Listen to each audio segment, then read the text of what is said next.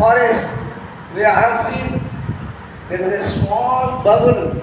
Always it bubbles. The water comes from the ground.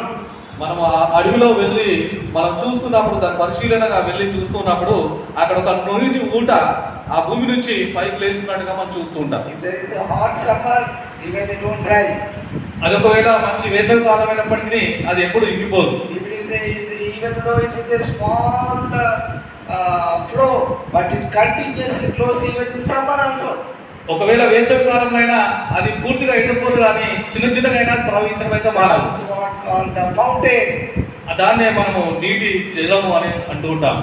So if you put a water in a drum or in a tank, it will be over. ఒకవేళ నీటిని అదే డ్రమ్లో కానీ అక్కడ కానీ ఉంచితే అవి ఇంకిపోతాయి. But Lord says you have made a tanks and you have given the system. It's a broken one, leaking one. ఒకవేళ మనం ట్యాంక్లో కనుక మనం నీటి పోసినట్టయితే అది లీక్ అవుతున్నప్పుడు అదంతా వెళ్ళిపోతుందని చెప్తున్నాను. So if there is a leakage or a breakage, nothing will be in that tank. Everything will flow off, nothing will be there. ఒకవేళ ట్యాంక్ కనుక ఏదైనా రంధ్రం కనుక పడి ఉంటే దాంట్లో ఉన్నటువంటి నీరంతా కూడా కారిపోయి అక్కడ ఏమి ఉండకుండా మిగులుతుంది. The Lord says, my people have forsaken me. అదే విధంగా మా దేవుడు చెప్తున్నాడు, నా ప్రజలు నన్ను విడిచి ఉన్నారు.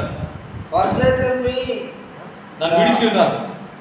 living waters, fountain of life. జీవజలములైన దేవుడైన నన్ను నా ప్రజలు విడిచున్నారని చెప్తూ ఉన్నాడు. See, that is the crime. అది నా జనులు చేసినటువంటి మొట్టమొదటి తప్పిదము, నేరము. And the another thing, two things are there. One is they have forsaken the living waters and the fountain of waters and made themselves a tank which cannot hold water. ఒకవైపు వారు రెండు నేరాలు చేసినారు. మొదటి నేరము, వారు నన్ను విడిచి, జీవజలమైన దేవుడైన నన్ను విడిచి వారి సొంత వాటి కొరకు వారు ఒక ట్యాంక్స్ నీటిని కట్టించుకొని దాంట్లో వేస్తున్నప్పుడు అది లీక్ అవడం జరుగుతూ ఉన్నది. If you put any much of water, if it is leaking, will it be filled? If you put water in a leaking tank, can you fill the tank? మీరు ఒకవేళ ఆ ట్యాంక్ కనుక లీకేజ్ అని ఉంటే, ఒక రంధ్రం పడి ఉంటే మీరు ఎంత నింపినా కూడా అది కారిపోతూనే ఉంటుంది. అది ఎప్పుడు మనం నింపలేము. Do anyone of you wish to have a leaking tank? ఎవరైనా ఆ లీక్ అయినటువంటి డ్రమ్ను నింపగలరా? Do you like to have such tank in your house? అలాంటిది మీరు మీ గృహంలో అయితే నింపగలరా, పెట్టుకుంటారా? We never like leaking tank. మనం ఎవరు కూడా అలాంటి ట్యాంక్ కానీ అలాంటి లీకేజ్ అయినటువంటి ట్యాంక్ కట్టుకోవడం కానీ పెట్టుకోవడానికి ఇష్టపడము. In the context of this, here it says the upper one and the down one says they have gone astray from the living Lord and to the other gods. ఈ అంశంలో మనం చూసినట్లయితే జీవజలములైన నన్ను వారు విడిచి వాళ్ళు దూరంగా వెళ్ళిపోయి ఇతరులను అన్యదేవతలను వారు ఆరాధించినట్టుగా చూస్తున్నాం. అదే విధంగా వారు నన్ను విడిచి ఇతర దేవతలను ఆరాధించడం విడిచున్నారని చెప్తున్నారు. అదే నేరం. వారు ఎప్పుడూ తృప్తి పడలేదు. And the Lord Jesus in the Gospel according to John chapter 4 says, I am the living water. Those who drink this water will never thirst. They will be satisfied. ఎవరైతే నా యొద్దకు వచ్చి జీవజలము తాగినప్పుడు వారు ఎప్పటికీ తృప్తి పడతారని నేను చెప్తూ ఉన్నాను. They will not be thirst. వాళ్ళకి ఎప్పుడు దాహం కాదు. That's why he said, I am the living water.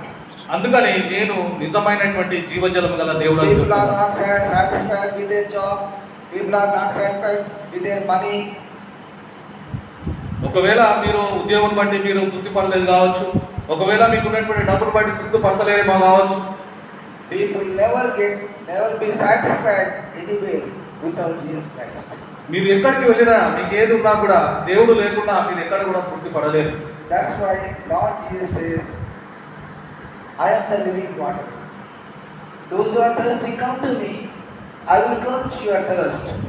ఎవరైనా తప్పికొన్న ఎడల మీ నా యొద్దకు రండి, నేను మీ తప్పిని తీర్చుదనని ఆయన చెప్తూ ఉన్నారు. So he is the living water. He is the fountain of living water. ఆయన జీవజలం గల దేవుడు, ఆయన ఆ జీవజల ఊరడికి ఆయన అటువంటి కర్త అని We చెప్తున్నారు. see in the Bible many places the living waters wherever flow there is a life. ఎక్కడైతే ఇటువంటి జీవ జలులు నదులు పారుతుంటాయో అక్కడ జీవం అనేది ఉంటుందని దేవుని యొక్క వాక్యం చెప్తూ ఉంది. That is we can take it as spiritually and physically. దాన్ని మనము ఆత్మీయంగా మరియు శారీరకంగా కూడా మనం చూడవచ్చు. And the natural and the perennial rivers are there. There in the nature there are many rivers. In the book of Genesis, there are in the beginning there are rivers flows from the Garden of Eden.